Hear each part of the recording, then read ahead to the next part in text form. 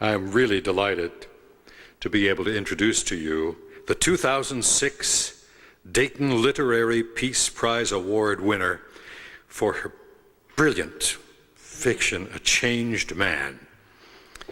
The resume here includes a wide variety of literary accomplishments, 13 novels, a couple of short story collections, 3 books of translation, a collection of novellas.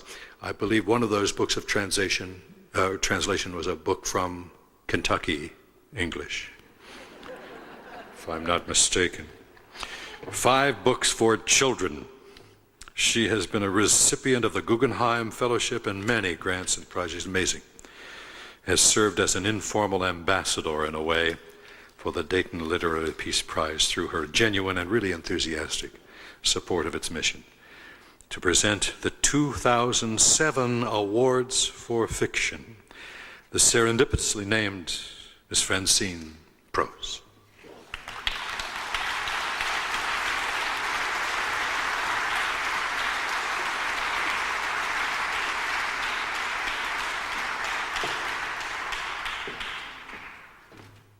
It's my great pleasure to introduce tonight's Dayton Literary Peace Prize runner-up.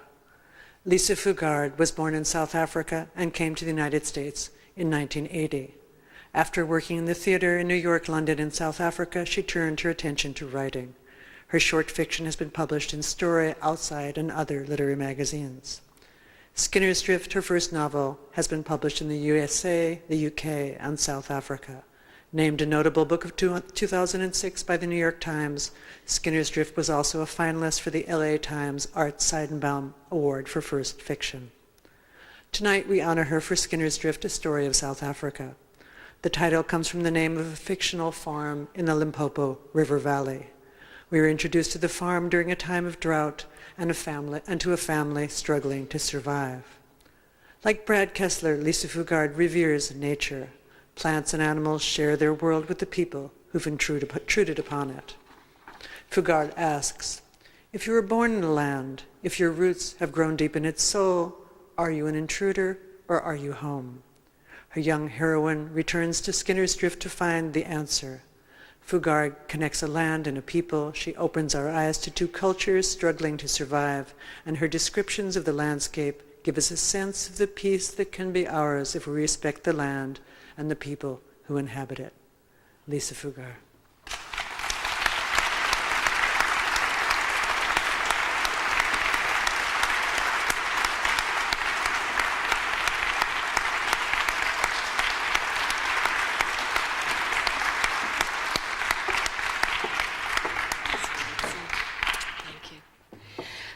Thank you, everyone. This is it's such an honor, and it's really so powerful to be in a room with so many people who, don't just think about peace, but believe in peace and are committed to really, truly doing something about it. And I feel very humbled by it. Thank you. Skinner's Drift is set in South Africa in the 1980s, and I wasn't there in the 1980s, and I wish I was. I felt like I copped out. I felt like I just left and came to the States and did my thing, and that country was going through hell and extraordinary dark times. And so writing the book, I only knew this after I'd written the book, was really my way of trying to understand, trying to not only know, but I guess understand what the country was going through, because it was very easy to hate. And it happened to me even just the other day. I was sitting watching a videotape about South Africa and something in the 80s, because I'm revisiting that time again, and there were the faces of the white government, these don't even get me going. But, and I just sat there and I hated these guys. But the thing is, when I sit at my desk and when I work and when I write and when I take on a character, as Brad so eloquently expressed, I don't hate anymore. I stop hating and I try to creep close to what's ugly and what I can't understand and what frightens me. and I try to understand it.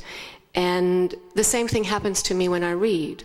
When I read really, powerful works of fiction, I'm not hating. I mean, hating's just a dead end.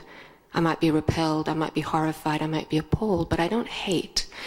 And there's a wonderful African term, Ubuntu. It's a Zulu word, and it means, I am human because you are human, and my humanity depends on your humanity.